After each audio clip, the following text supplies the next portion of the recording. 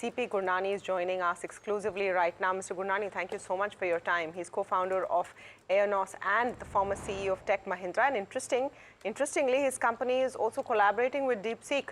Mr. Gurnani, thank you for your time to NDTV Profit today. Tell us what you make of the DeepSeek phenomenon and how do you think this will impact what we are trying to do here in India? So, fundamental change that you're seeing is that if you recall, Sam Altman coming in and challenging the Indian software industry that for less than $100 million, you cannot build a foundational LLM model. Now, Tech Mahindra, when I was a CEO, we took the challenge and we made the project Indus, which was LLM model for Indian languages. We developed it for less than $1 million. Now, today what you're seeing is that foundational model being developed at less than $5 million. Number one. Number two is, I love the word SST, Sasta Sundar Tikau.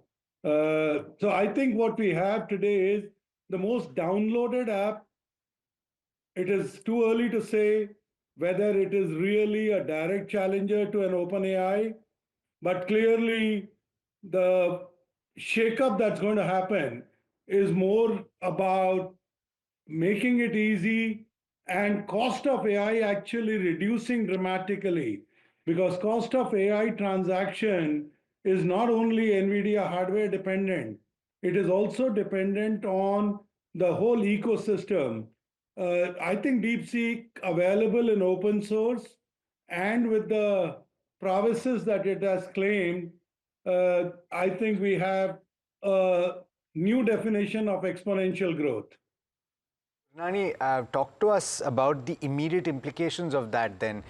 We're already seeing adoption of AI in several functions, and we're talking about the use of AI even for coders, where they're setting the guardrails for what they're doing and possibly improving the speed of delivery of whatever they're creating.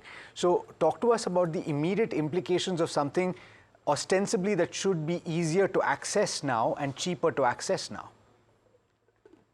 So let's first step back. That when an OpenAI or a Gemini or a Meta, it was not that the industry had not started evolving. So number one. Number two, that we were already on a path of evolution. I'm only saying is, if DeepSeek is successful, then it will accelerate it because the cost of AI infrastructure, AI usage, machine learning will reduce dramatically. Please remember, the foundation of all of AI is data. Data needs training, and training requires some of these tools to help us build enterprise AI. So I think that path will continue. My belief is it may accelerate, but I don't see the acceleration to actually reduce because of the cost of compute, because an enterprise definitely wants better productivity, better efficiency. And in my opinion, it is just not the foundational models. It is the super agentic AIs which will make the difference. And super agentic AIs means training. Super agentic AI means getting into the processes of the enterprise. Mr. Gurnani, good morning. Neeraj here. Really good talking to you today. One question, sir. Do you reckon that this opens up the possibility of various other nations, including maybe India too, or somebody, I mean, a geographic agnostic set of entrepreneurs developing large language models which could be as good, competitive, at lower cost to what current models exist? And does that therefore democratize and commoditize large language models? Is that a possibility that opens up because of DeepSeek? So Neeraj, again, I'm repeating, and you and I are users. we know that we started using ChatGPT various versions or a Meta various version even when there was no DeepSeek. Now, the point I'm trying to make out here is that democratization happened, but now this coming in the open source, now this coming in at such a low cost. I think it is just that we will find use cases which are a lot more adaptive to social inclusion and financial inclusion. So, just to give you an example, if I were to use a transaction for education, if I had to pay Microsoft X and if I had to pay OpenAI Y, I mean, if that cost comes down by 1/50th, obviously the mass adoption will take place. Yeah. Agree, sir. But therefore, the second part of my question is, so that I completely buy, and you kind of mentioned that as well. Does it open up the possibility of companies, for example, like I said, geography agnostic, but maybe Indian companies developing these large language models, and therefore the AI capability not and the chip supply not resting necessarily in the hands of a few, but across the board? Again, it depends on the level of sophistication. Please remember, why do I need the GPU? The amount of data that we are throwing at the compute engine is so huge that we need a higher compute engine. It is not that I can't develop a LLM on a Dell or any other gaming CPUs. The reality is that a modern data center or a modern server requires a compute power that was not available ordinarily. So that is number one. Number two is India has taken a lead. As I said, my previous company, Tech Mahindra, delivered a project Indus. We have seen Bhavish announcing Krutim developing its own foundational LLM. So, in my opinion, India has already started that journey. Will it create more entrepreneurs? Do we need another foundational model? As far as I am concerned, at AIonOS, where I am a founder of an AI company, we took a stand. We are not going to invest in foundational LLM. To us, it is infrastructure. We are going to develop the use cases. We are going to adopt our applications to travel, transport, logistics, and hospitality first. And essentially, we will be an enterprise AI company.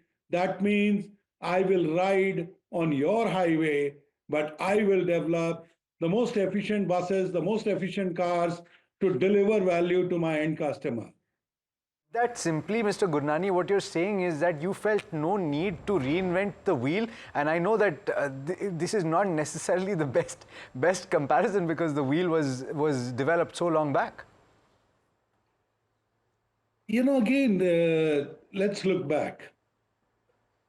None of you has ever asked an aircraft manufacturer or an airline that why do you not have an aircraft built up capability.